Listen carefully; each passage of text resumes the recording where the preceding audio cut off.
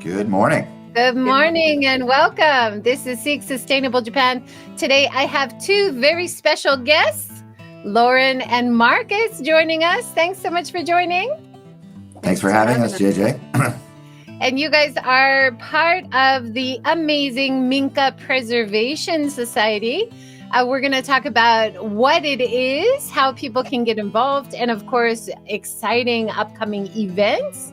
But first, we want to start a little bit about you. Lauren, let's start with you. How did this passion for MINKA, how did doing your own MINKA, where did it all start? Can you tell us a little bit? Yeah, sure. It was kind of serendipitous. We weren't looking. My husband's a carpenter and he'd always admired MINKA, but we never thought about taking one on. And then on my 50th birthday, a good friend sent us a link to a MINKA that was for sale in the middle of the Noto Peninsula. We were living in Kanazawa at the time. And we drove up and we looked at it and we really thought, wow, there's a lot of potential here. This could be really amazing. Then that one didn't work out and we thought, oh, well, yeah, we tried. But then the real estate agent who was attached to it called us about 3 or 4 months later and said, I found another one, and it worked out. And here we are. So that was at the end of 2015. Actually, oh gosh, it'll be 10 years in December. And we just started slowly plugging away on the renovations, doing everything ourselves. But it was slow. We're still living in Kanazawa. And then when COVID hit, suddenly I had all the time in the world. And between us, we just full on 6 days a week went after the renovations, and we moved in October of 2021. So it's still not finished, but it's livable and comfortable, and we're getting there. A labor of love, right? And you're living there with many beautiful cats as well, right? You can hear some in the background. 5 cats, 5 rescue cats. And a large poodle, cat herding poodle. That's amazing. In the intro, I just shared the link with everybody to the MINKA Preservation Society page, where you can read about all of the board members and advisors. And this is Lauren's page, and talking about making all the counters higher. That's one of the things a lot of people who renovate traditional Japanese homes talks about. Either making the walkways higher so you don't bang your head, or making the counters higher. It seems to be a priority, right? Yeah, absolutely. We're lucky. We just clear all of our doorways by just. But yeah, the counters absolutely. That was a priority. And then adding insulation, adding modern toilets, bringing it into modern reality or modern use needs. You've done those things as well. Is that right, Lauren? Yeah, I mean, depending on your definition of a modern toilet, our toilet appears modern to the naked eye, but it's still the old style drop toilet, and about every 2 months a truck comes and sucks everything out of the holding tank. But it's modern in that it's warm and it appears to flush.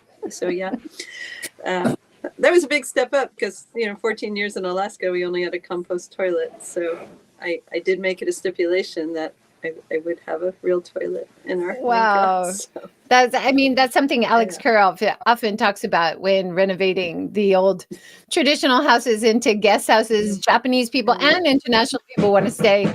The toilet might be the most important part. But that's interesting about the suction, the sewage suction trucks coming to your area. Still common around rural Japan, even all of Japan. All of Japan. And it's provided by the municipal government. You just register with the municipal government, you pay through your bank, and they go around and And then oh really? We pay our guide. Oh, you do? Oh. That's good to know.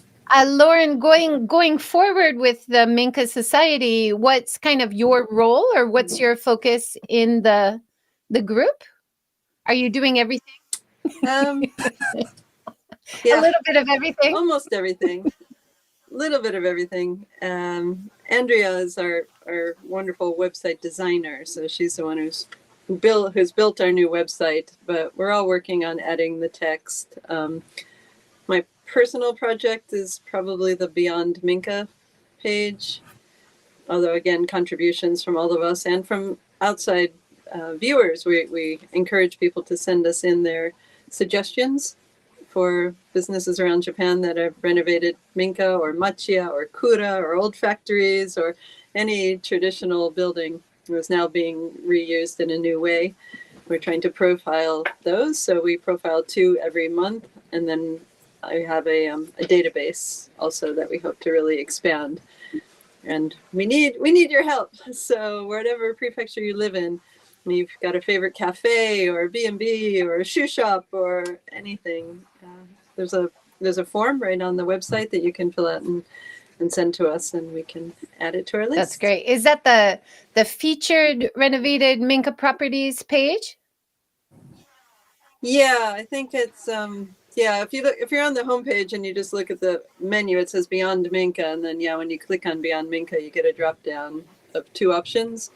So the first one are the ones that we're featuring, obviously, and then the next page is just a list. Right now, our goal is eventually to have a map of Japan, and each prefecture will be a link, and then you'll go to the ones in that prefecture. But we need a lot more data before we're there. It looks great. The website, all the photos.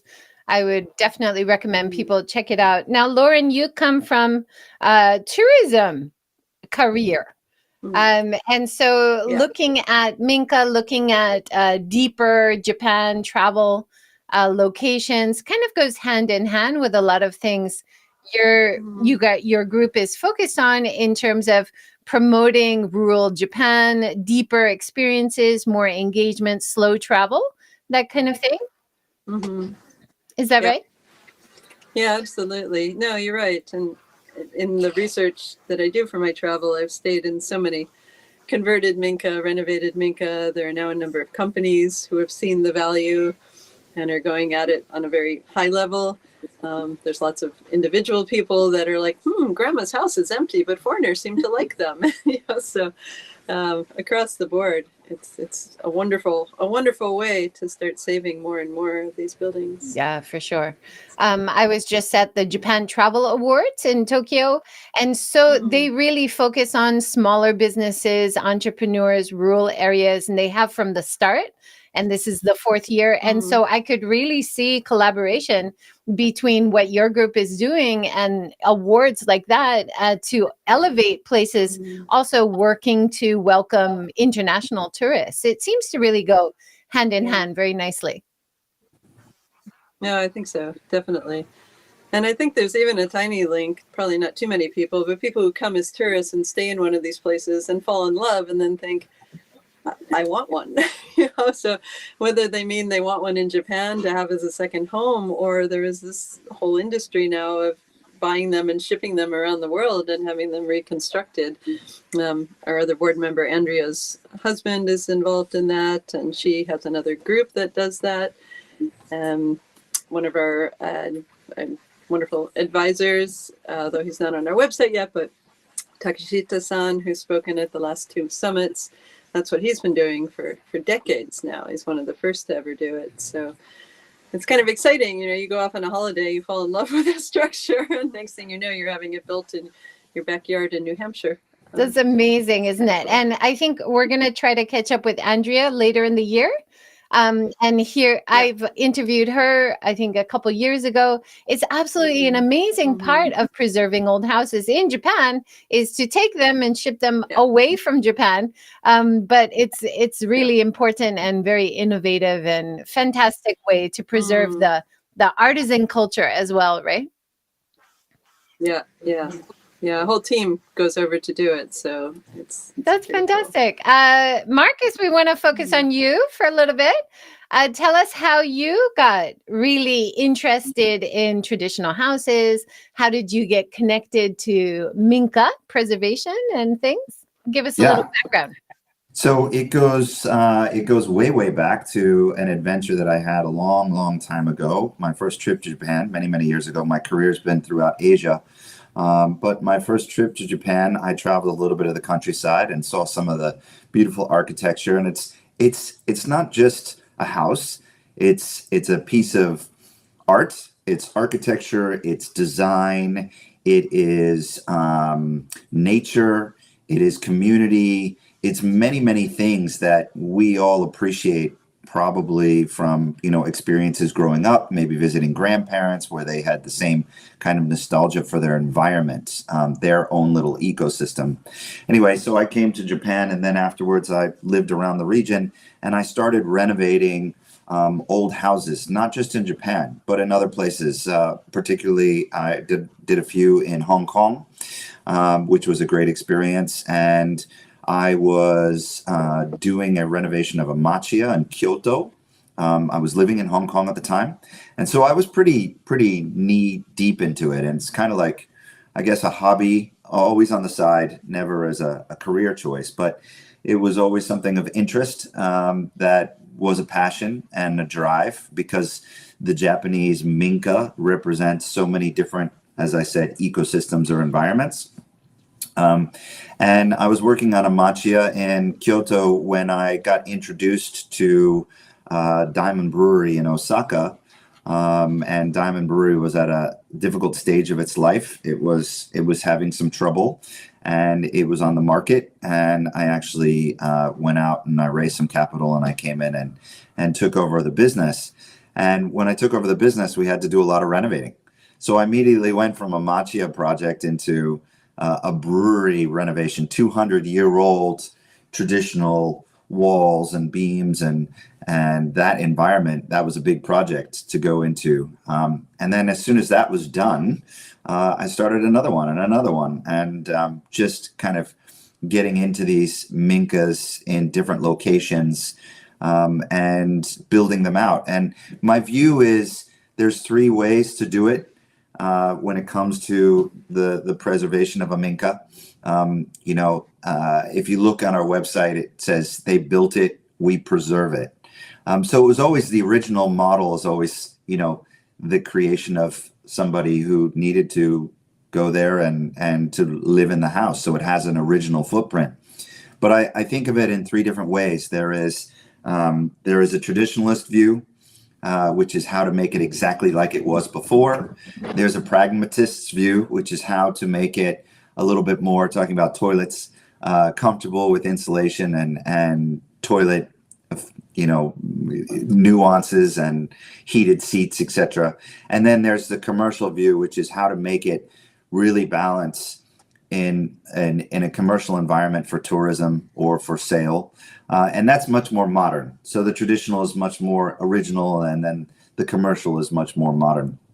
And just getting into it kind of on the hobby side. And I have a great advantage of a lovely 8-year-old who, in this last project that we were working on, got to learn carpentry skills, wiring skills, plumbing skills, and we did it slowly. So, it's a weekend project. It's a lot of weekends. I had a Dikeson or a carpenter that worked with us on it. I didn't get builders on this last one. I didn't get builders really for the brewery either. Just got the craftsmen. So when I look at that experience and how to translate it into the MINKA Preservation Society, well, the name itself sits there, right? We're taking old traditional properties and we are preserving them and creating a society that promotes the preservation of these wonderful places. And they all have lots of personality. They all are secondhand, previous owned, and they come with their own issues and community. But that's what the society does. And it was a great honor when Lauren and the team asked me to join and to come on board, specifically helping around finance and stuff like that. But yeah, great. I love the idea. I think we need as many of these organizations as we can to keep this part of Japan alive. Absolutely. I was just showing your website. I shared the link to your website. beautiful old sake brewery, as well as your passion for old Minka houses being part of the group. We had a great comment from Benton Homestead, Danny and Evan in Omishima Island, who are featured right now on the Minka Society page. And she says, wonderful, JJ. You always have such great guest interviews. Fantastic. Great to have you. Join us live here, Danny and Evan. Wonderful. Now you were asking people also if they know of a good Minka or interesting stories to send in stories and pictures and even their own experience or others that they find. Is that right? Yeah, absolutely. We know they're all over Japan, and as I mentioned earlier, I visited so many and stayed in so many that I can't remember a lot of them, but I know they're out there, and I'm sure anybody who's got an interest in traditional buildings or heritage buildings, I've heard them called too, has a few of their favorites. But they're great stories. So, if you think about what people have Yeah. done, not only with their own personal Minka, but when they are creating a restaurant or they're creating an art environment, or, I mean, the stories themselves kind of keep the house alive. You think several hundred years of this structure and the stories that it's telling us now, I think it's better than, any Pinterest account that you're going to open up. It's exciting, it's interesting, it's real. These stories are what makes it so much fun. And so varied, right? Like So varied. Recently, I had Michelle Huang on the show. She's talking about her Akiya collective, what they're doing in rural Nagano, bringing artists and tech people into. They're doing an event in April. It sounds really exciting, but get people to live there, to experience the community life, to be involved with locals, and to bring new perspectives and way of renovating Akiya, of course, keeping the traditions, but also creatively innovating. And that was really exciting to hear as well. Now, Yeah. Marcus, just one point before we move on. You come from like a financial background. I have, yes. That's really interesting. So is it like a focus when you look at these old rural area projects? Are you also kind of using your career in finance to think how to make the profitability part of sustainability work? I am not on the Minka side. No. But I can. So I actually coach quite a few people who are interested in turning the Minka into a business. But I don't really look at it from the flip side. I have bought, renovated, and sold. So there is a business model to be had there. But really, it's about the preservation. I come from a background in finance and investment banking. So when I took over the brewery, my idea was obviously a business idea. This is a business. And for your listeners, this was kind of interesting. When I came into the Diamond Brewery opportunity, it was already on the market. It was for sale. And the bidders that were bidding on the property were all property developers. And their idea was to tear down the business and the original structures and to build condominiums. And so my first, response to that was, wow, what an atrocity. How can we let this happen? This kind of thing. But then you start looking at the business. And the interesting thing about Japan is that these property developers, they valued the business itself, Diamond Brewery, which was just a 200-year-old sake brewery, at zero. So the value was zero. And it was just a property play, which is, I think, a really interesting thing for people to think about, because there are a lot of Minka out there in Japan that have been businesses, that are still businesses, that hold businesses, that have families attached to them, that are about craft Japan. And, don't just look at the property, look at the history of the property, the environment. I've seen some amazing stuff, especially in the Kyoto region, old kimono factories or silk factories or fishnet factories. I say factory, but it's the size of a very big house. It's not, it's not a factory. So the businesses within these historical structures, I think, are really interesting to understand and explore. But no, I'm not taking my investment banking background and becoming a massive buyer and flipper of Minka. I think there's way too much that goes into it emotionally, spiritually, and from a community perspective. So I'm more about helping people have that journey for their own experience. For sure. But having that profitability, make it work financially aspect to taking over the old houses, it's definitely an important part of the people, planet, profit, and balance sustainability, which I think we're always focused on. It's not going to be a money pit. You can find reasonable ways to renovate, make it modern, make it into a business or whatever, right? Totally agree. And there are a lot of people who come onto the market who don't have experience here in Japan, and they go in a direction that's easiest for them, and that usually is much more costly. Maybe it's less time intensive, but more costly. There's a lot of different ways to do it, and if you think about how everybody's repaired their own houses here in Japan just naturally using what they have upstairs. I look at even my brewery. I have equipment in my brewery that somebody made by hand at one stage, right? That we still use. And you're like, amazing. Oh, that's yeah. Yeah. So there's a lot of different ways to do it. Yeah, for sure. Lauren, you're married to a carpenter, so doing things traditionally or naturally, but also bringing in that outside perspective as well. He's worked on projects, you said, in Alaska, is that right? Yeah, he's worked all over the world, really. And he's actually more than a carpenter. Not that there's anything wrong with only doing carpentry, but when he left school, he did a 7-year building course in Glasgow. So he was trained in plumbing and electric and in stonemasonry and brick and carpentry and everything. So it's how we were able to do this, I guess. Not only that financially, I suppose if we had to, we could have afforded to pay somebody to do it, but it was more wanting that total ownership over it and over the decisions and thinking outside the box.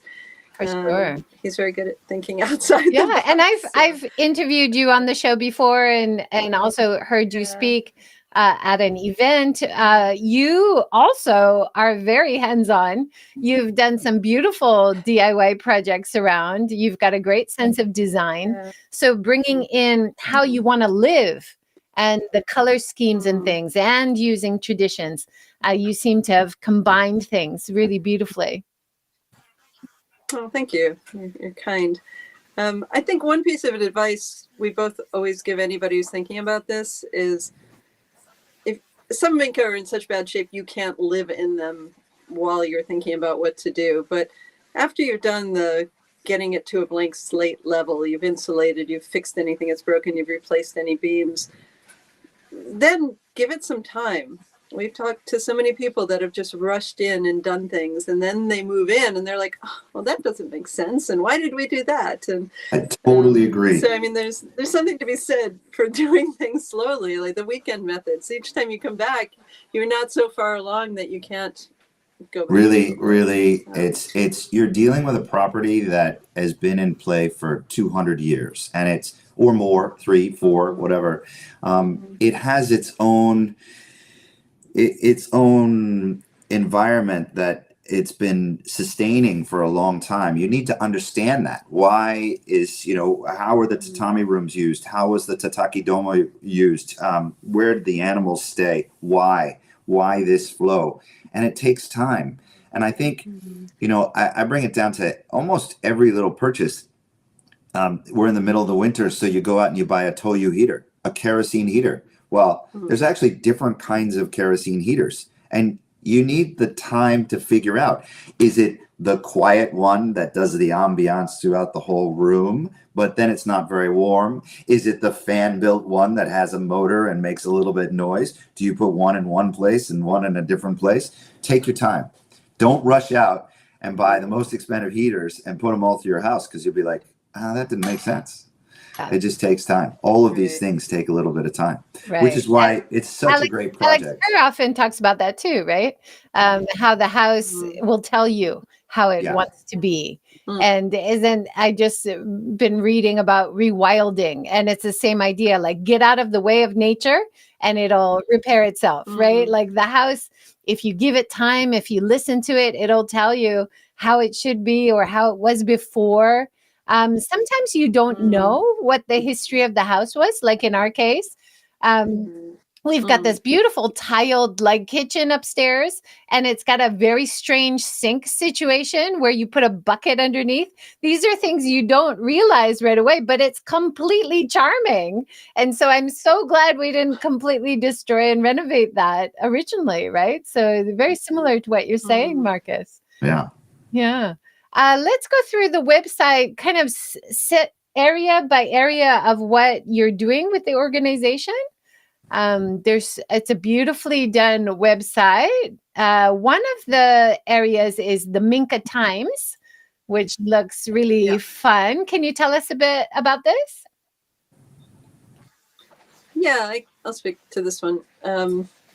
We wanted, first of all, Facebook is Facebook, and you can't really exist in this day and age without having a presence there. But if you're in any sort of business or nonprofit, but not everybody is on it, or if they're on it, they never check it. Or so a number of our members have mentioned over the years, especially at the MINKA summits, that, I'm not on Facebook. How do I get updates?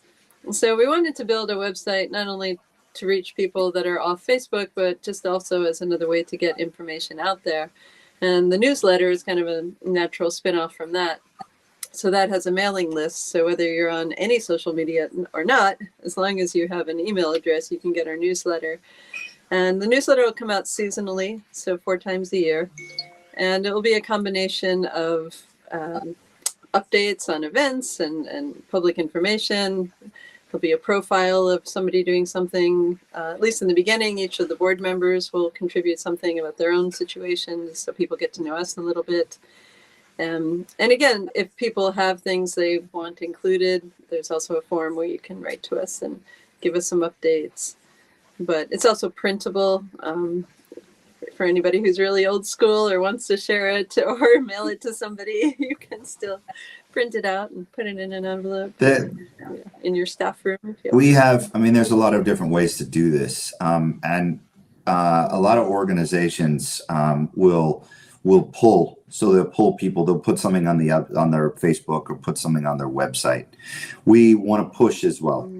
We want to get information out to people, not just people who are looking for this and they come to us, which is why the idea is not just, newsletters, but also events and simple little events as well as big events. And a simple little event is, the idea is imagine like open houses for 2 or 3 MINKA in a particular area on a particular Sunday.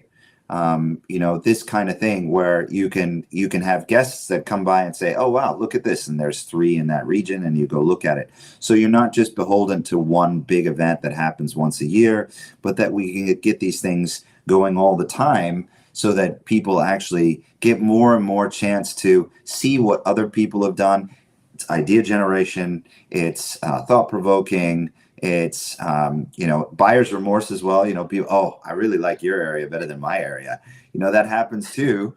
But really, it's not just about pulling people into a script board, but it's also about sending them to opportunities where they can go and physically be involved as well as read MINKA Times. That's so important. Also drawing in the local artisans and the tradespeople who can help you remodel, who can help you put a wood stove if that's what you need for your area. It's hard to do all the legwork yourself, especially if you're kind of new to an area. So that kind of insight also really helps people reach out and connect to people they need to preserve it the traditional way or the way that they need, right? Yep. Totally agree. Now you've got some events coming up. The first one is April 19th, Keihoku Artisan event. Can you speak to that? Mhm. Yeah, so we'll just talk a little bit about it today, and then, as you mentioned, Andrea will be on soon, I guess next month, to talk about it in more detail. But the focus of the Keihoku event is carpentry. So learning the things or hearing about the things you need to do to renovate from a carpentry perspective. So our main speaker is a master carpenter and woodworker who lives in Keihoku and has worked, actually, he worked for many years in the US and is now finally coming back to Japan and renovating his own minka and those in the area. There'll also be a session on plastering at that event, and then probably a couple of forums. One thing we want to address is, I don't know if you've heard about it, but starting April 1st, there's a new law in Japan that affects minka and renovations. Basically saying that any new MINKA CON old building renovation needs to be brought to the earthquake standards of a modern building.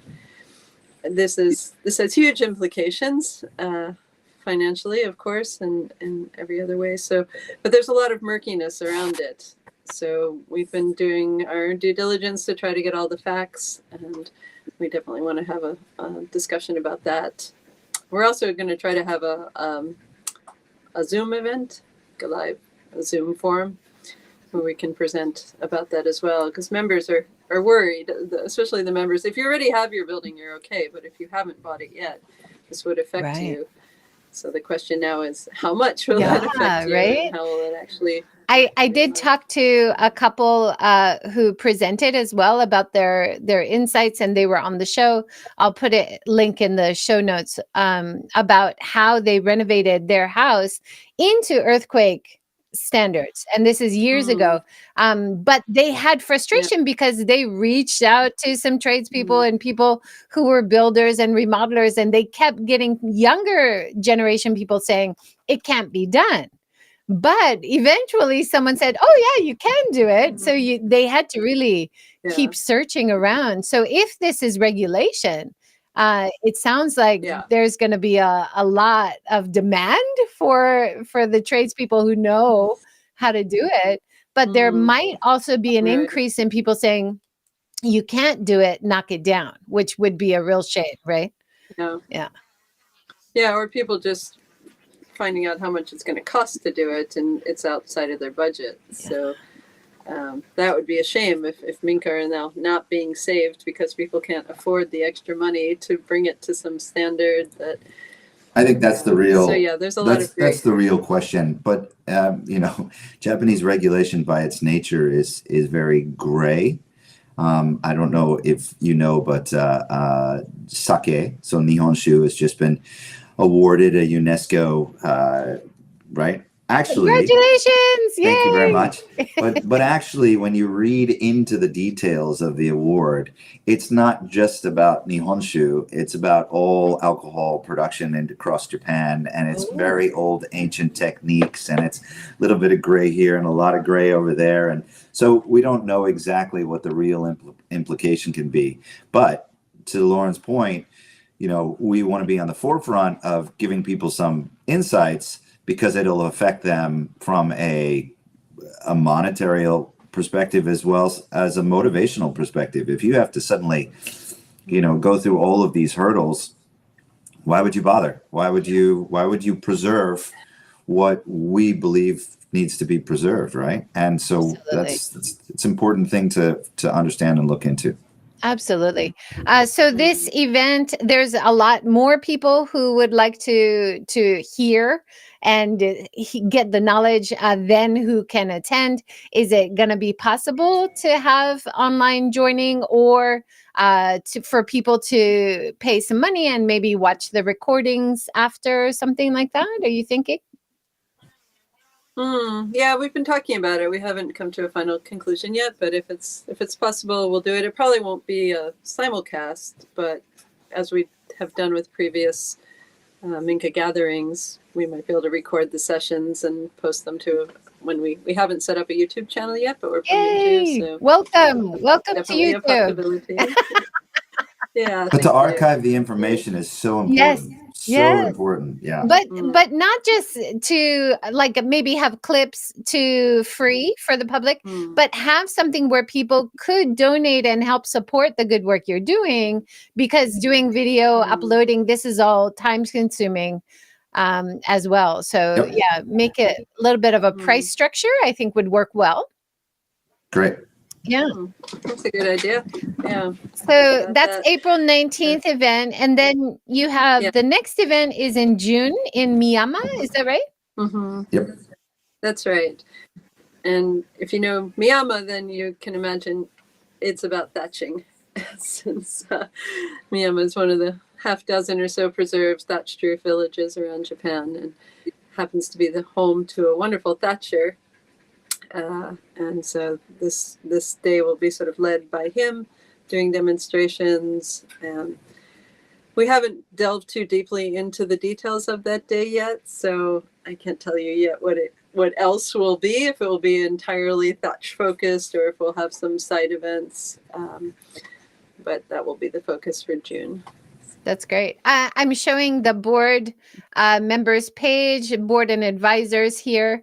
Maybe before we continue, you want to introduce some of the other key members of the organization?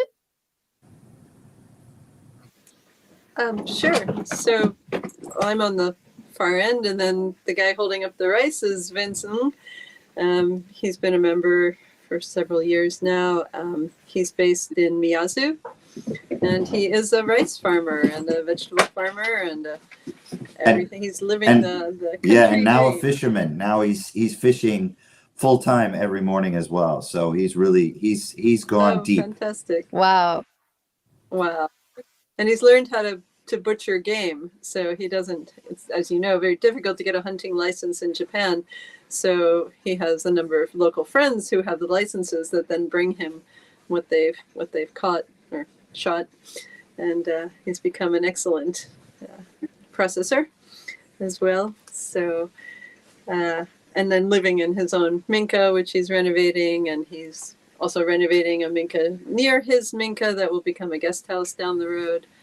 So he kind of ticks every box of the minka lifestyle, I think. And he's in rural Kyoto, not far from Miyama, right? Miyazu. Yeah, he's in Miyazu. Yep. So he's also recently he's taken over a role as a one of the many hosts on NHK. So he'll do kind of travel to distant, difficult places type host. Yeah. Japan journeys. Great. So, and then Andrea, who might be on the show next month and who's been on the show before. Right. So Andrea is our web person and also tends to take the lead in event organizing, because it's one of the things she loves and she does so well, and she's so well connected. And her husband is involved with the Minka renovating and rescuing group. She's also on the board of the Minka Collective, it's international with the U.S., and the focus is on bringing Minka to other countries and building. And she's joined us live. She said a wonderful interview. Great to see you here, Andrea. A little bit of gomatsuri there. Thank you. Yeah. And then Derek. He's always the tech guy doing video and right. Just gonna say, from the very beginning, he popped up just volunteering, like, "Hi, you guys need help with IT," and he's a magician. But it's not just IT; he's an operations guru. So he's it's really effective in keeping us on pace. Yeah, absolutely. He is another jack of all trades. From an apartment in Tokyo, he makes everything run with his dreams of one day owning his own minka. He just was awarded his PhD, and his dissertation was on minka and the value of minka and the renovating of minka, like 400 pages on this very important subject. That's fantastic, because we need academics also writing research papers, right? You need the creatives, you need the academics, you need the business people, you need people who just want to live and farm, right? You need that whole complex diversity of owners and people passionate about it. It all helps, right? Many sides. Absolutely. So that's why our board is rather eclectic, but everyone brings something from a different background. And then Marcus, we've That's me. a little bit. That's you. You're a sake brewer. And then advisors are the MINKA masters, Alex and Asby. Is that right? Yeah. Two very different I MINKA think- masters, which again goes back to your point about the differences and all the different characters that you need to actually make a community work, which is what we're striving for. Let's get that diversity of experience and interest into our community and drive for the preservation. So Alex Kerr and Asby Brown, for anybody who doesn't know, they have really set the foundation for many of us who came after and learned about old houses and the value of traditions and design and loads of wonderful projects they have both introduced through their wonderful writing and their books. So yeah. I'll put links below as well to their pages. Derek has joined. Derek Bliss. Morning. Thanks for having us on today. Great to see you, Derek. Good team support. Yeah, you need support from all over. And then you're talking about another event in summer, a regional event. Any details about that? Not yet. That one's still very much in the can we pull this off stage? But and it would be more along the lines of what Marcus was describing earlier, of finding an area where several people have renovated MINKA that are, within an easy drive that they could perhaps go and visit, and then, perhaps the third one could host some sort of, lunch or something, just sort of a casual regional, see some MINKA, talk to MINKA people. But yeah, that one's still very much in the hypothetical stage. But that concept is something we definitely do want to develop and start having as a regular, maybe even seasonal event. Yeah. As well. So are you kind of hoping that people will reach out who have a community of MINKA owners? Or Trying to find, you got to find the first, to build the first model, you need that area where you have 3 or 4 willing volunteers that are let people into their house. Right. And I think that's kind of the key. So we're looking for the area. And, traditionally, the MINKA community and the discussions over the last couple of years by the community as a whole, a lot of it's been focused in the Kansai region. It's been focused in the Kyoto region. We want to actually expand that so it's focused or not focused. So it's all across the country. And that would be the ideal situation is, you have one of these weekends, but, there are 8 prefectures that are hosting it. And that is much more inclusive and gives a greater depth and breadth to seeing the differences and, again, archiving it, catching it on film and putting it up for people to enjoy. But, with the launch of MINKA, there are a lot of projects for us to do. There's a lot to be done, and we're pushing hard to get this all done and build out these new models and these new opportunities. So it's more of a stay tuned. It's coming as we gain our momentum. Yeah, that's really exciting and so important, right? Because there are so many regional rural areas all over Japan, from far north to far south, and each area is regionally specific, and they have different communities, different tradespeople. So always thinking about different areas and maybe even at the same time and collaboration. It's the wider the net, kind of includes more people, bigger umbrella kind of thing. Yep. Fantastic. And then a big event, the date's already decided for MINKA CON in December, right? No? Well, maybe. We need to get a TBC up there. It's going to be November or December, but we're working, and it will be in Shinshiro. But we are right now, Andrea, just before she hopped on here, she was working with the venue to find out available weekends from early November to mid-December to find out what's available on their end and then what will work best for us. So it might be a little earlier, it won't be later. So we'll have the final dates up. Okay, good. So that is Aichi Aichi Prefecture. Nagoya is the biggest city in Aichi. Yep. If you're wondering where that is in Japan, and a beautiful, stunning area, and a lot of wonderful industry, a lot of wonderful businesses there, as well as beautiful Minka. So that would be a great place to be based, November or December. Watch this space and check out the events page on the Kominka Preservation Society for sure, right? Yeah, absolutely. So regional gatherings, the MINKA CON, kind of in late autumn, early winter, summer regional events, the artisan event happening in rural Kyoto in April, call to readers for the MINKA Times. I think we've covered Beyond MINKA, featuring 2 properties each month, we mentioned as well. And then talk a little bit about the status of the organization. It's quite interesting. It's kind of a hybrid of a nonprofit and an LLC. Is that right? Yeah, I mean, it's a, what is it? I always forget the Japanese. Ippan Shodan? Ippan Shodan? Very good. Okay. You did it. Which is sort of on the continuum between LLC and MPO, but it swings MPO.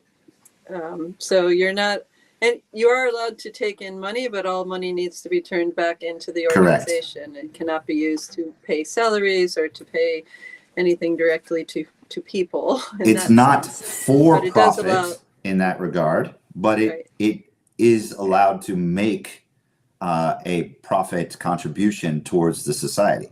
Right? That's what we want to do. Right.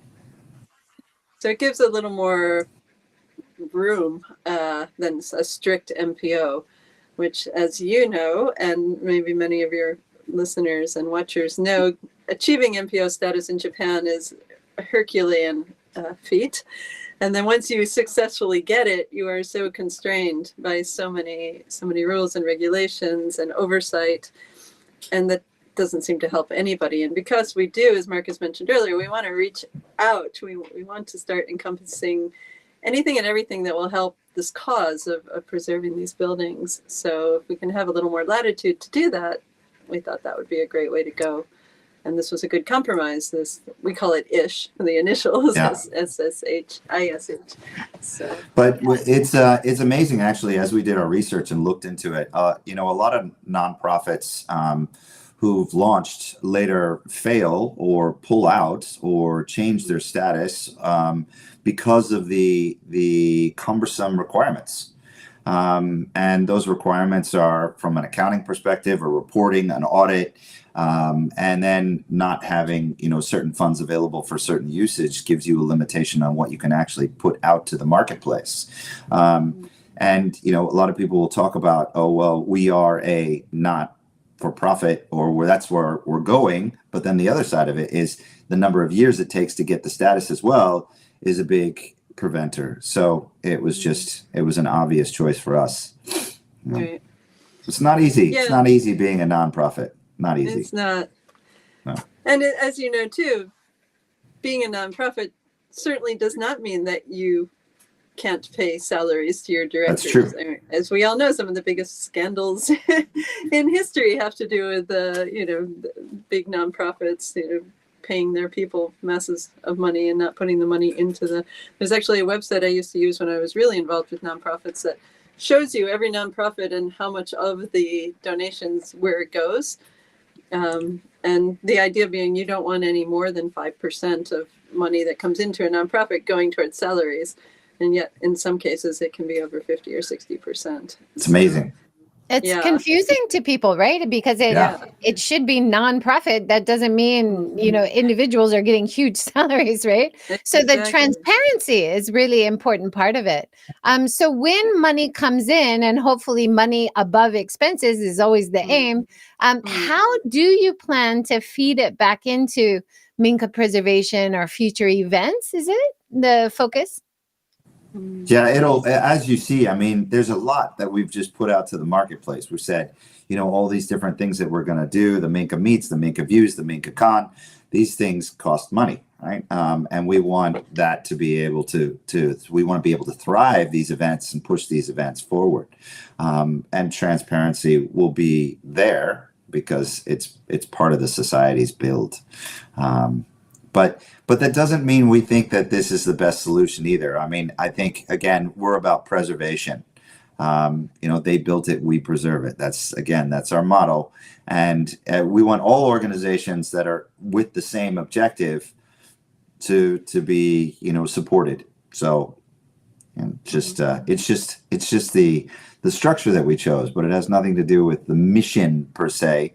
The mission is the preservation of Minka and the education of the world about this beautiful opportunity and what it presents, not just with the structure, but the community, the experience, the spiritual side, the emotional side, the physical labor side, all of that. That's the message that we're talking about. Yeah, that's awesome. And then international collaborations. We already mentioned Andrea's group, and they have many international ties. There's also, of course, building societies, people very interested in Japanese old houses and carpentry based abroad. Are you kind of looking to collaborate and link up with ties abroad as well? Absolutely. Yeah.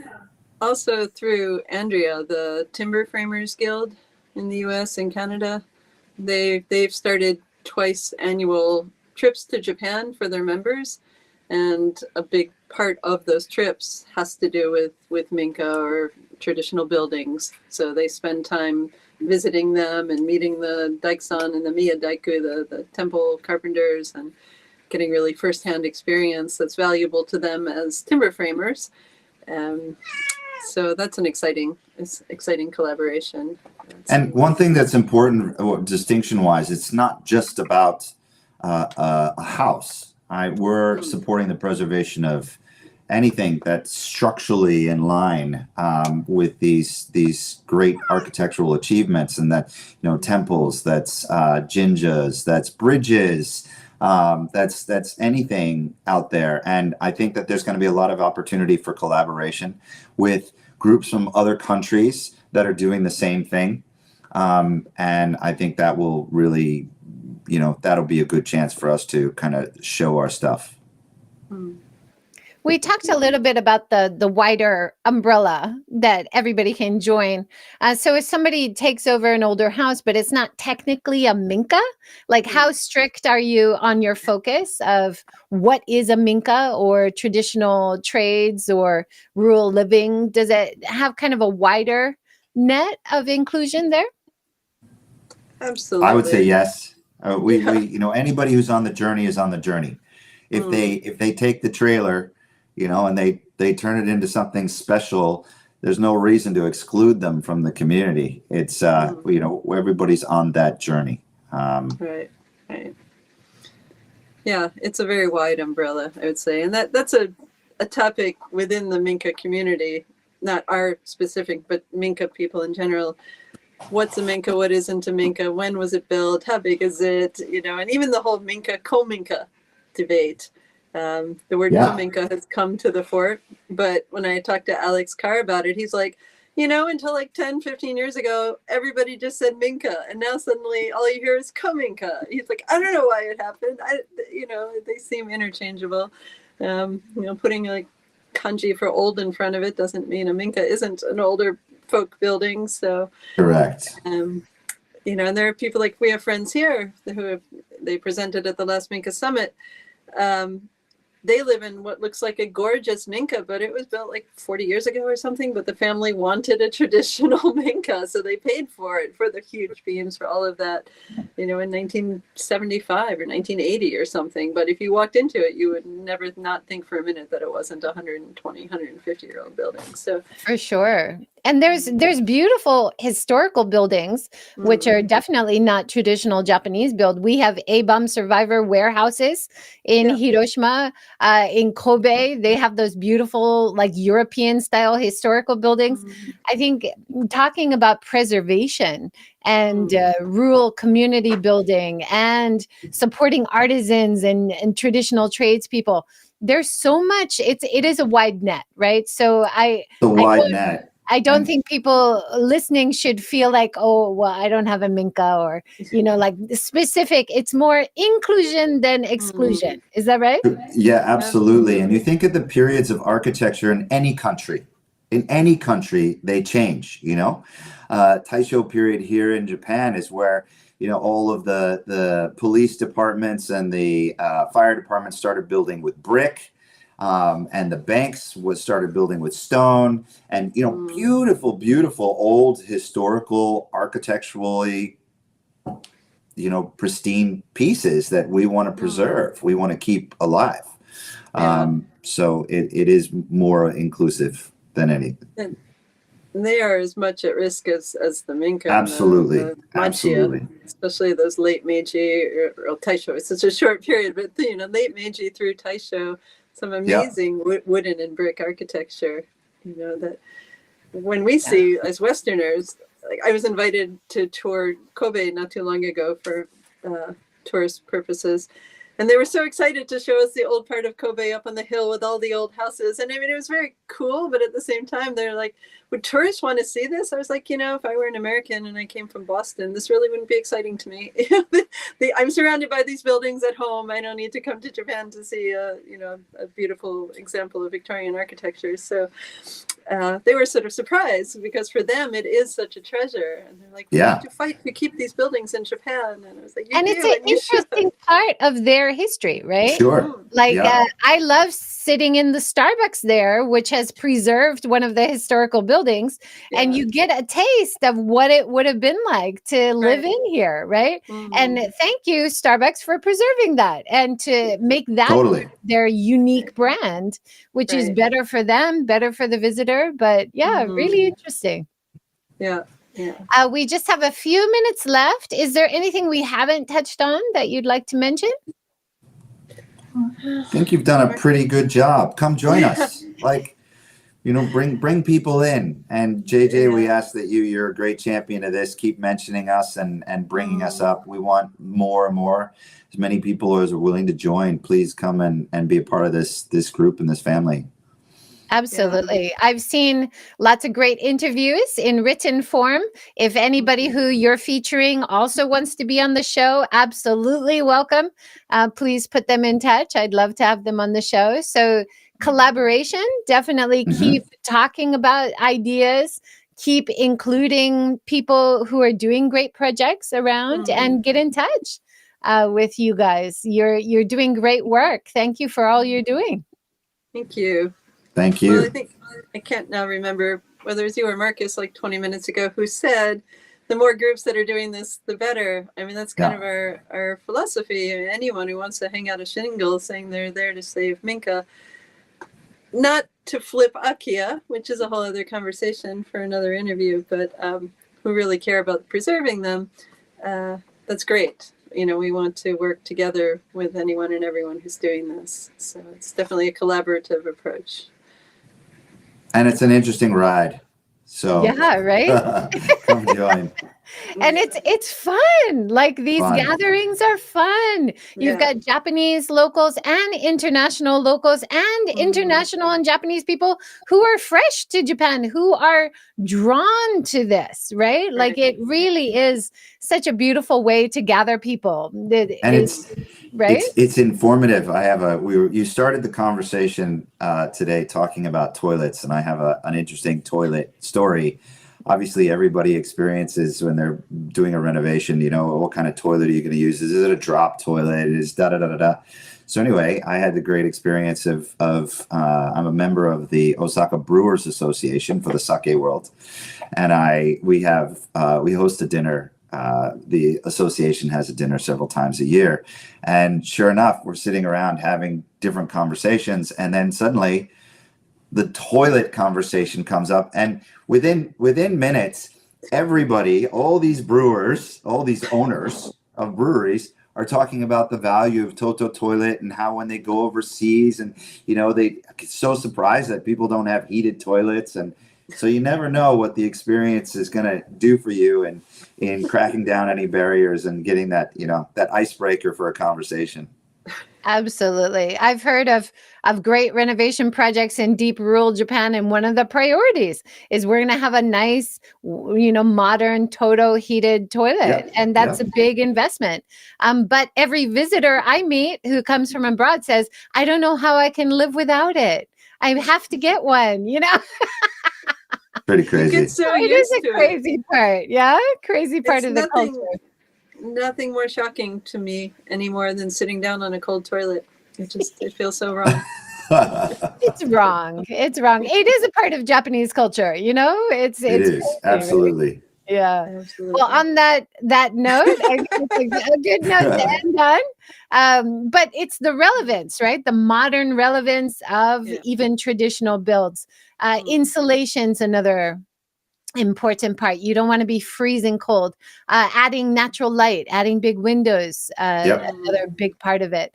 We saw so many innovative ideas putting skylights in Minkas, right? To add that natural light. So there's so many great ideas to make it comfortable, to make it appealing, but to preserve the traditions. And I think that's so much of why you're passionate about this organization, right? Yep, you got it. Yeah. Thanks everyone for joining. Thank you so much, Marcus and Lauren. It was wonderful having you. Thank you, JJ. Good luck with everything. Okay, we'll talk to you soon. Talk to you Take soon. care. Take Have care, a great everyone. day. Bye. Hi, everyone, and welcome. This is Seek Sustainable Japan. I'm JJWalsh in Hiroshima, joined by the wonderful Andrea Carlson in Aichi. Thanks so much for joining, Andrea. Oh, well, thank you for having me, and thank you for this really wonderful opportunity. It's great to have you. I talked with Lauren and Marcus 2 weeks ago, last month. It's hard to keep track, about the Minka Preservation Society, all the great work you're doing. It's wonderful to catch up again with you. The last time you were on the show, we were talking about your wonderful organization, Minka Collective, taking apart, preserving traditional houses by taking them apart, moving them and rebuilding them, which is another wonderful part of Minka preservation and retaining these beautiful structures. Since we talked 2 years ago, Andrea, any big projects or exciting things happening with Minka Collective? Must have been something. Actually, yeah, quite a lot going on. And also, if I might just mention that we only take down houses or kominka or temples or any structure that's going to be destroyed if they're going to be demolished. If they're not, if there's any possibility that they're going to be kept where, that someone can live in the structure or renovate it where it is, then of course that's the best situation. But when a structure is going to be destroyed, then we're keen to do whatever we can to try to save it. And so big projects we have, I think now 3 projects in Oregon, in a very rural corner, beautiful but very rural corner of Oregon. Also a project, a meditative retreat center in Jamaica, which is I'm very, very excited about. Chris Orstrom, just an absolutely amazing person who's long been involved in the preservation of built cultural heritage. He was, I believe, the chairman of the World Monuments Fund some years ago and is still very active in that organization. His nonprofit is the organization that's making this happen in Jamaica, and then some structures going to a kominka and I think a bell tower and a temple gate and a small shrine are possibly going to a Japanese garden in North America. And various other things are really, really lovely. We have some wonderful partners. Kominka North America are good friends and now partners, Billy Dillon and Adam Miller, just took down together with us here in Aichi a beautiful kura storehouse, just absolutely enormous.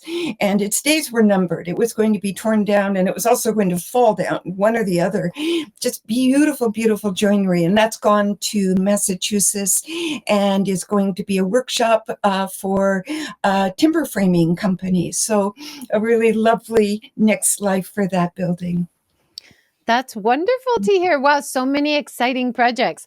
I'm showing many of the beautiful projects from your website, Kominka Collective slideshow on the screen right now. If anybody is listening, you can follow the link to Kominka Collective and see it for yourself. Just amazing projects. When I guide people around Japan, they are always just blown away by how beautiful and how special Japanese traditional houses are built. And that's such a key part of Japanese culture and history. Do you think that's why you're so passionate about what you're doing with Minka Preservation Society as well? I think so. And I think, Takishita-san, Yoshihiro Takishita, who we all, of course, admire and just have, so much gratitude and respect for. The short documentary, I think many people have, of course, already seen it. I think we can see it on the New York Times video page.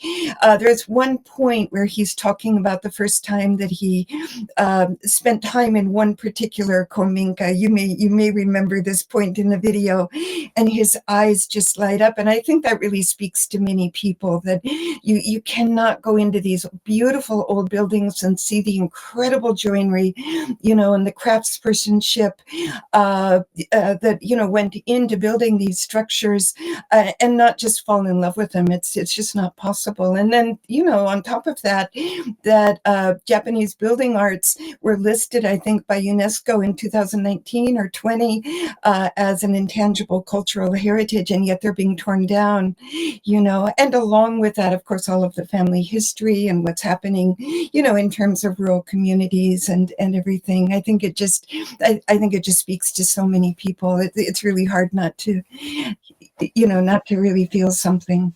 For sure. And as part of the Minka events, you've had people like Asby Brown and Alex Kerr as keynote speakers to talk about their insights, but also deep love of these traditional buildings, but not only keeping them in the past, but of course, bringing them to relevance in the modern age, adding insulation, adding modern toilets. Right. I'm sure that's something you do a lot at Kominka Collective as well, right? Making them relevant to where you're moving them. Right. We put in insulation. I think going forward, we would like to do more and more, use more and more reclaimed materials, of course. We use a lot, but even more would be good. Using various kinds of natural insulation, earthen materials would be great. But yeah, we do. As you were just mentioning, they tend to be dark, they tend to be cold, and also, they need to meet building codes. So that's always something that's really at the, sort of foremost in our minds when we rebuild a structure, is that it needs to be comfortable, but it also needs to meet building codes. I've noticed that in changes for sure. After like earthquake standards, or people worried after the Noto Peninsula earthquake, a lot of old houses did come down, but then people were saying, well, those should have had support beams, or some repair work was neglected. But that image is that old houses are not safe. Old houses are not good because of that. But the actuality is quite, as long as you're keeping it up and keeping it renovated and keep looking at the beams and making sure you have contractors making sure it's safe, they're perfectly safe to live in and wonderful. Right. I remember our builder who was renovating our house said, you're really lucky you have a traditional house, because it moves. If there's an earthquake, it doesn't break. And I thought that was such a wonderful example. Yes. And I think an issue perhaps is that, for people perhaps in rural areas and people that are elderly, the expense and the work of making sure that the wood is still in good condition, or doing some replacing when and where needed, and that kind of maintenance that you were just speaking of, I think that can maybe be somewhat out of reach for people. So. Yeah, for sure. I think that was one of the things a lot of elderly residents were saying. We knew we should have done upkeep, but we thought we're moving out before too long, right? Right. Now, let's talk about the exciting upcoming event for the Minka Preservation Society. It's on the 19th of April. You can buy tickets now. And tell us about this event coming up in Keihoku. Okay, well, anyone who hears this, please come and join us. We will welcome you very, very warmly. If you don't buy a ticket, that's absolutely fine. Just you can buy a ticket at the door. It's 500 yen more, but the tickets are not terribly expensive to begin with. I think for adults they're 2,000 yen, and then for elementary school age children, they're free. So please bring your children if you think they might be interested. And for school age or secondary school, and then adults over 65, I think it's 1,000 yen. So it's we've tried to make this. It is just a small, cozy, one-day event. So we've tried to keep the ticket prices, quite reasonable. But do feel free to come on the day. That's absolutely fine. And as you just mentioned, it is in Keihoku, which if you have a car, it's probably about maybe 80 minutes or maybe a bit less from Kyoto, maybe about the same from Osaka, Kobe. I'm not sure, maybe a bit more. But there's a bus that will leave from Kyoto Station. And if you catch the 8 o'clock bus in the morning, I know that's a bit early, but that will have you at Shuzan Station. And all of this is on the website at 9:26. And if you just let us know that you're coming, there will be a minivan, a microbus there from the venue to meet you. And then going back again. So, if transportation is an issue, there is a way to get there. And at the end of the day, as I was just saying, going back again to Kyoto Station, the microbus will take you back to Shuzan Station, and then you can catch the bus. I think it's 1,080 yen each way. So it's not inaccessible. It's a beautiful out of the way area, certainly, but it's very possible to get there. It sounds amazing. And of course, you want to have an early start if it's just a one-day event. You want to make the most of it. It's not only the sessions, you have workshops, the amazing marketplace where you'll see a lot of traditional crafts and learn about more of the services connected to Minka preservation and rural living. There's always great vendors there to check out as well. Yes, if it's all right, if I maybe talk a little bit about that. Yes, please. We're still adding vendors, and we're still very happy if someone has an organization, whether it's for-profit or nonprofit, related to the preservation of built cultural heritage in some way. Please come and bring a poster, bring your leaflets, bring your tablet so you can show us. We'd be delighted to make a space for you.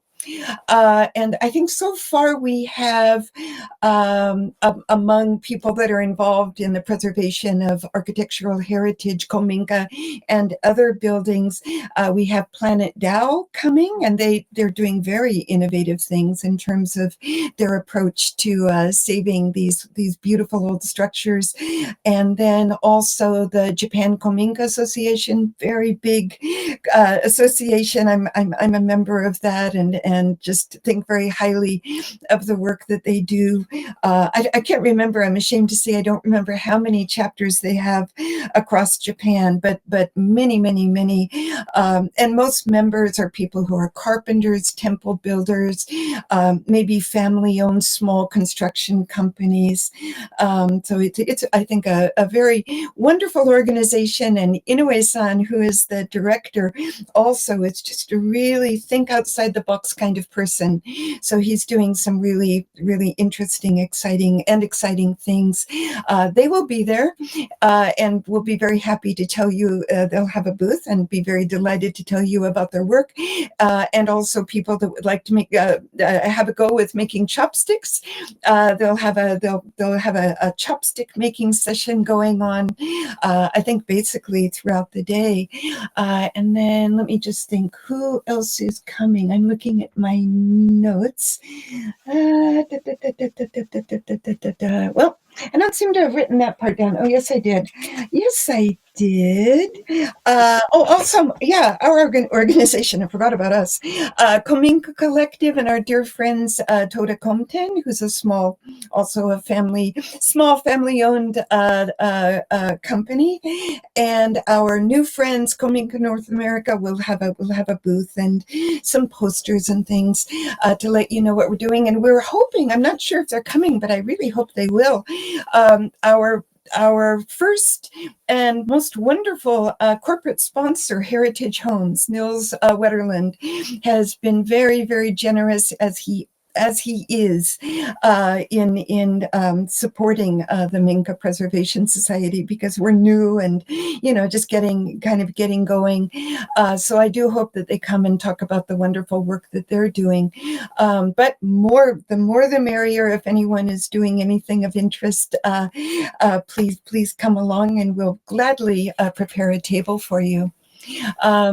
Also, if I may, in the marketplace, this is all under the sort of the umbrella of what we call the marketplace.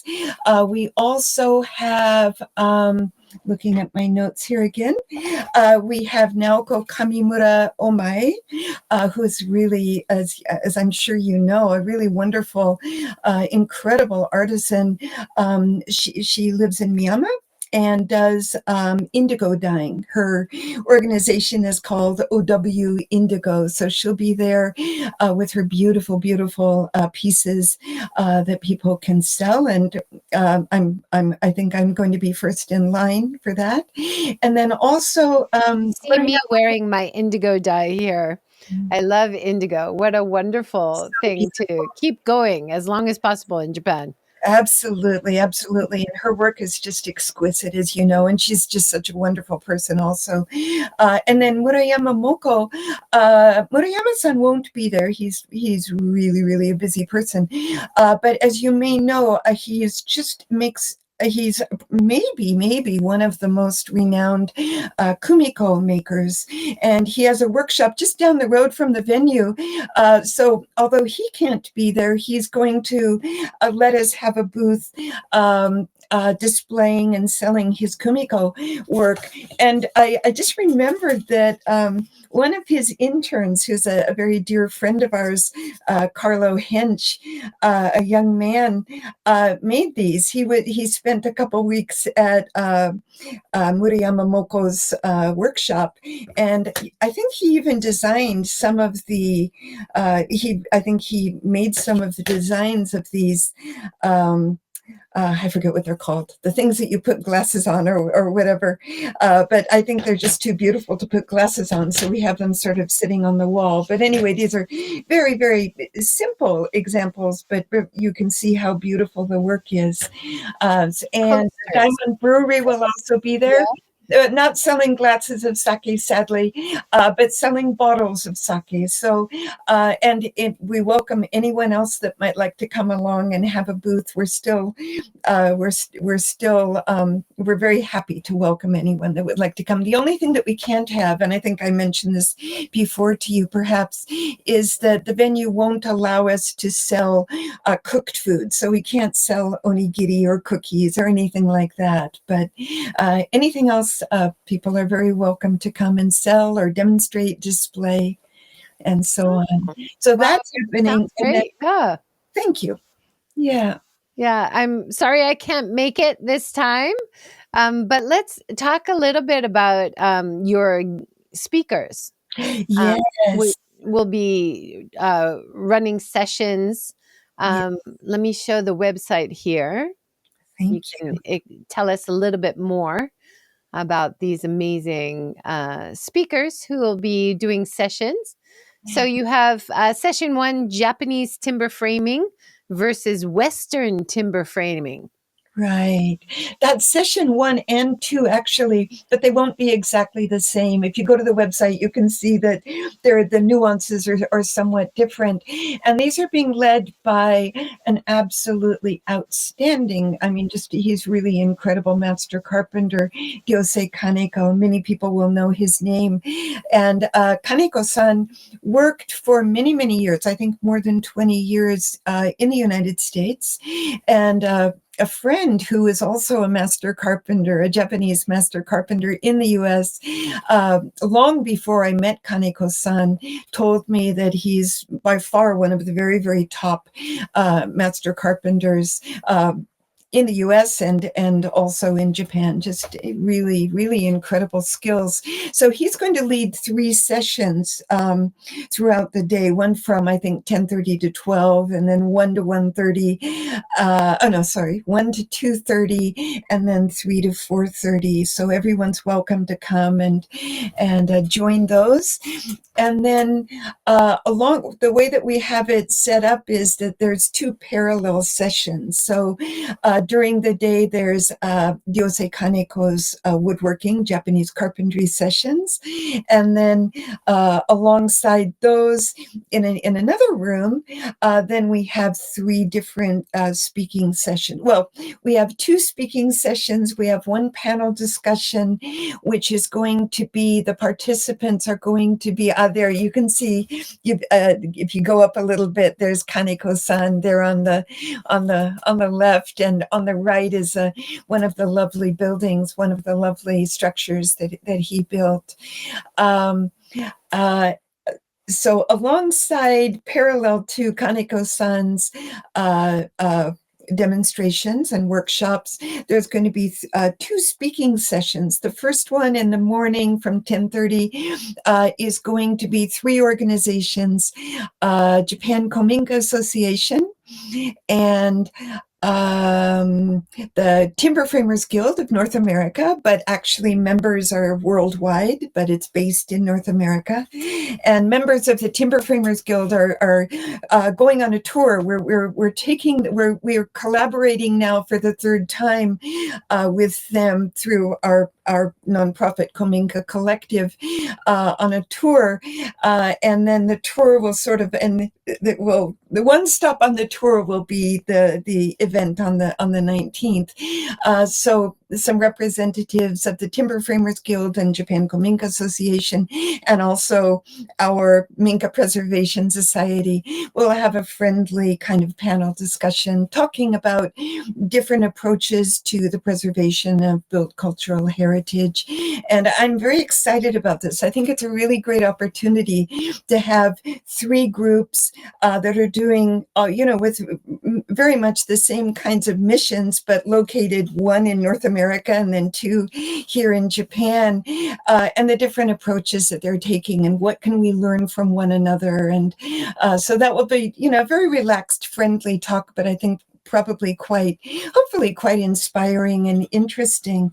And then after that, Tsurutani-san, Mitsuo Tsurutani, one of my favorite people in the world, from the Japan Kominka Association, is going to give an explanation. He's going to give a talk about the new law that's coming into effect in April, in terms of how that law, which is requiring, especially with older buildings like Kominka, that if major work is going to be done on them, that it does bring the building up to building codes.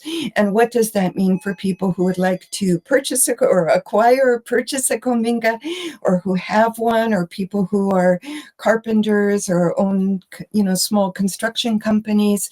What does this mean for all of us? So he knows in detail about the situation, and apparently it's a very confusing, sort of complicated law.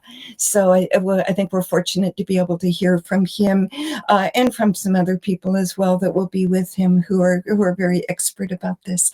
Then at the end of the day, from 2:30 until 4, and we're not sure if we're going to, if this session will be in a room or maybe it might be outside. Emily Kaneko Reynolds, who again is someone that we all just have incredible respect and admiration for, will talk about earthen wall systems, and probably maybe do a little bit of demonstrating as well. So I think that will also be very, very interesting. We're really lucky. If you go on the website, you can, if you don't know about Emily-san, if you go on the website, we have some bit of an introduction about her. She's just absolutely amazing. In addition to having young twin daughters, babies, she's also just finished her PhD in earthen structures, I believe. I could have that wrong. And she's written 2 books, and she works for a 4th generation Sakan company outside of Kyoto, I believe. So she's a force of nature, and we're very, very lucky that she and also her husband Ryosei will be there. Also, I must not neglect to mention that one of my very favorite people also, Haruo Nishio-san, who many people will know as, I think, Japanese thatching guy. I don't have his photo there. It is there, actually. If you go up to where there's the sort of a bunch of photos going across, you can see there he is. He's 1, 2, 3 from the right, the very handsome man there with something on his head. Nishio-san, yeah, maybe some people follow, or maybe many people follow Nishio-san on his Instagram account, Japanese thatching guy, and he's just really, I'm never cease to be amazed by him, not only regarding his knowledge and skill as a thatcher, but also the work that he does in terms of preservation is absolutely, absolutely amazing, just out of this world. So we're very, very lucky that he will be there as well, probably next to the Japan Kominka Association, who will be talking about their organization, but also making chopsticks, or people can make chopsticks, but he will also have a thatching experience that people can participate in. So yeah, we're feeling very, very grateful that he will be there as well. Yeah, it all sounds wonderful. You have a lot going on, as usual. Many spinning plates in the air at the same time. Right. And it's always a wonderful atmosphere too, to just be around and walk around and talk to people and get new ideas, but also just meet people. It's a wonderful community. What did Alex Kerr call it? Oh, yeah. Gathering, like Woodstock. Woodstock of something. Woodstock of, I think, something related to Woodstock. And like a Woodstock of Japan. So you'll find a lot of kindred spirits. Yeah. Anyone who loves traditional Japanese houses, but also who's interested in rural living, who's interested in any kind of traditional trade, artisans. There's so much really to draw on. Sustainable living, simple living, right, as well. Yes. And I think on the website it says that the deadline has passed, but if anybody would like to join us for a barbecue afterwards, please get in touch or go ahead and register for it on the PTIX page. The deadline is passed, but we can still squeeze people in, and I think that will also be a really nice, at the end of the day, to relax, have a warm or cold beverage, and enjoy some nice barbecued food, and have a chance to talk to people from, a range of different places. I mean, the Timber Frame Guild members this time come from Canada and the US, across Canada. And also, I think 2 members are, one person originally from the UK and the other person from the UK and still living in the UK. So it's not a very big group that's coming. I think a total of maybe 16 people, but it'll be fun to talk with them and hear about all of the interesting things that they do, not only in North America, but in other countries as well, in terms of what they call community builds, where they go to a certain community that maybe needs a playground, some kind of a structure for a school playground, or some kind of a public space, and people come from all over timber frame. The members of the Timber Framers Guild gather and make really beautiful timber frame structures. So I think that, there's a lot that we can learn in Japan from the Timber Framers Guild about some of the different activities that they do. They do much more. They have educational opportunities and all kinds of things. So it'll be interesting and fun to talk to them. I think that Alex Kerr is coming, and I really hope so, because what's a Kominka event without the absolutely incredible Alex Kerr? So I hope that he'll be there. I think another one of our advisors, we're very fortunate to have an amazing advisory council. Asby Brown can't make it this time, but I hope that one of our next events he'll be able to join us. And if I can maybe just mention, just in the past couple of days, we've had a few more people join our advisory council. So now we have Niels Wetterland as well as one of our advisors, and also Haruo Nishio-san has agreed to be an advisor. So very, very, very excited about that. And then also Yoshinobu Toda, who comes from a long line of traditional carpenters. He himself is an architect, but initially trained as a carpenter. So now we just need to start. We need to invite some women. We have a good balance of Japanese and non-Japanese, a very diverse male group, but we need to find some women or people who identify as gender diverse to join the advisory council. Yeah, it's nice to have different points of view and people who see these issues and problems and successes from different angles. It adds more strength to all the discussions too, right? Yes, absolutely. Absolutely. Yes. So the tickets are in Piatix, and I put them below as well in the links. Now let's mention the MINKA CON. Yes. That you are planning in Aichi from November 7th to 9th. Is that right? That's right. That's right. So I think probably what we're going to do, because the 7th is a Friday and it's difficult for people to, come to a whole day event on a Friday. So we may have some activities in the morning, but things will really get going in the afternoon, and then sort of full force in the evening for people that can come on the Friday. And then, of course, all day on Saturday and Sunday, and we'll just have a variety of different kinds of activities and events and information, everything from a sustainable forestry walk to Kominka tours. And I think this time we may try to sort of expand the Kominka tours so that it's not only a matter of stopping at a Kominka, but at various Kominka, whether they're residences or maybe they're a Kominka that is now a small art gallery, or being used, for another use, that will also be able to go in and. Oh no, we've lost Andrea. We hope she'll rejoin soon. She was talking about the MINKA CON conference, November 7th to 9th, which is going to be held in Aichi. Beautiful area.